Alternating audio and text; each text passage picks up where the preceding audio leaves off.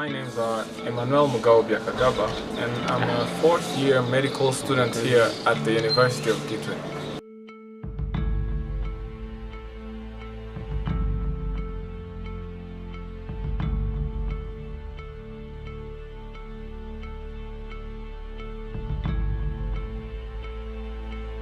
To everyone watching this, hi, I'm Taina, a 23-year-old Rwandan lady, fourth-year medical student at the University of Gitwe.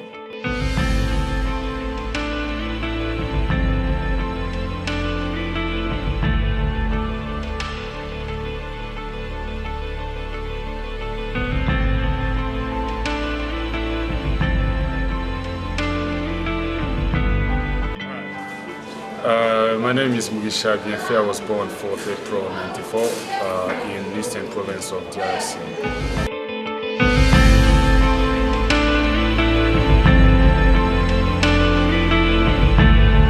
Yes, so since I was very young, three jobs always seemed very important to me.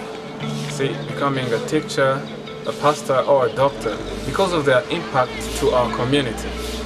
So when I was 15, I watched a family member close to the family suffering from a chronic disease. At that moment, I knew that I needed to be a doctor. I've always wanted to become a doctor for as long as I can remember. And I believe that my father being a doctor always inspired this feeling. And to me, I always wanted to save lives and add value to people's lives. And there was no better way to do that than taking medicine as a course.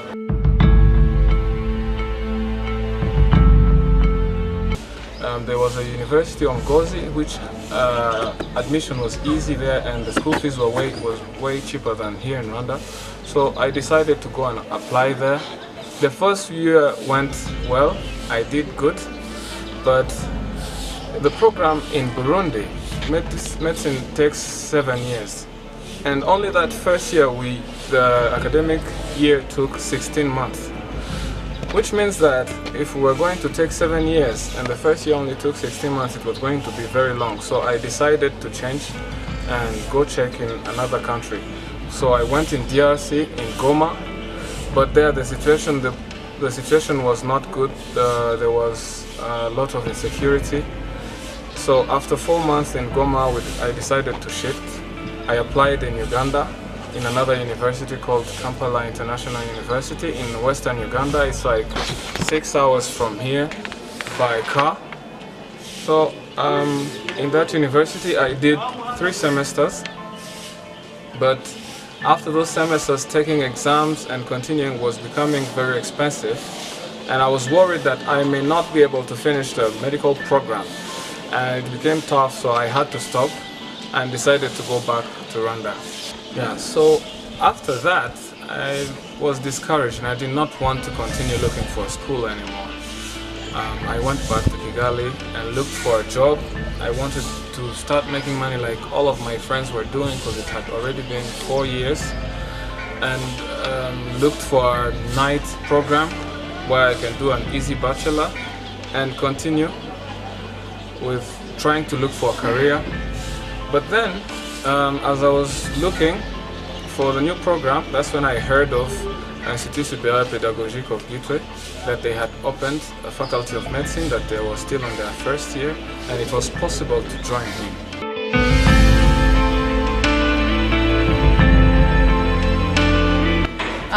However, my father's death put some financial stress on my family. I was left with my mother that had to take care of me, myself, and my siblings. And it was only reasonable that I rule out medicine, since it's a very expensive faculty. It took me some time to think about it. And in my high school, I decided to always go an extra mile, read for many hours, don't sleep in class, attend every day. I knew I had to get good grades so that I can be admitted in a medical school. When I completed my high school, the only university that had a medical school was the University of Rwanda. But I was lucky enough that during that same year, another university opened, and that was the University of Gitwe. I counted the hours, minutes, and seconds till I got that admission letter. I still believe that it was one of my happiest days.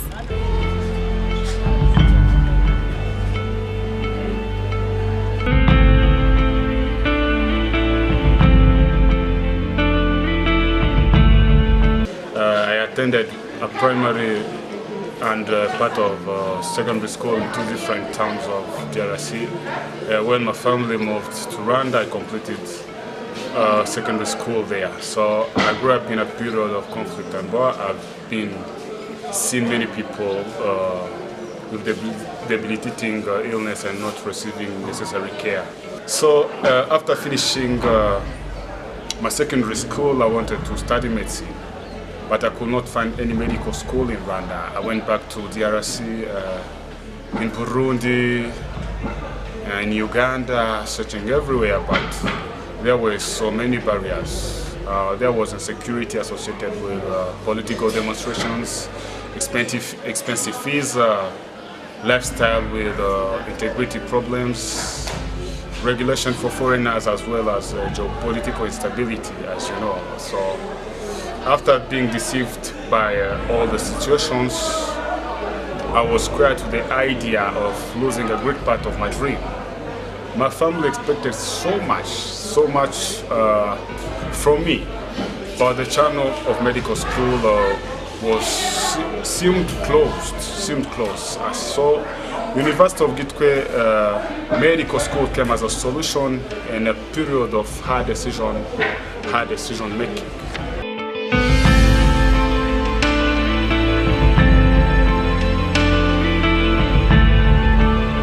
I think that ISPG starting medicine program here is really going to help a lot with the governmental program of health care, because up to now the current statistics says that almost 70% of patients don't see a doctor. They are treated by nurses and community health workers, and if the program of medicine here goes successfully, ISPG will be able to produce new doctors and nurses who can really help in performing very good in the future and try to help overcome all those problems, because most of these 70% of patients who don't reach the doctors are in rural areas. So I was lucky enough to have the school, the University of Gitwe, opening a new branch of medical school. I believe my school has made great improvements from the day we got here up to today. We have what they call the best lab of the country currently, the anatomy lab. We are so far doing well in all the practicals we are supposed to do, our clinical rotations, but I always believe that there is room for improvement. I believe and hope that the University of Gitwe has made its contribution in training and maturing many healthcare providers. And this is something that Rwanda, East Africa, Africa, and even the world at large still needs. Continue my career further so that at some point in the future I may become a specialist and even a teacher, so that I can educate more doctors to come, so that we can overcome this problem of healthcare in our country. In spite of my worries, I keep the faith alive. I still believe that what I want to do after my medical school. I definitely think that pediatrics is my option. If not pediatrics, that will be global health. And yeah, I will be glad to serve my country, East Africa, Africa, and the world at large. I dream of helping those in greatest needs, those displaced by war, without home, without water and food, the refugees, as well as other people across the world.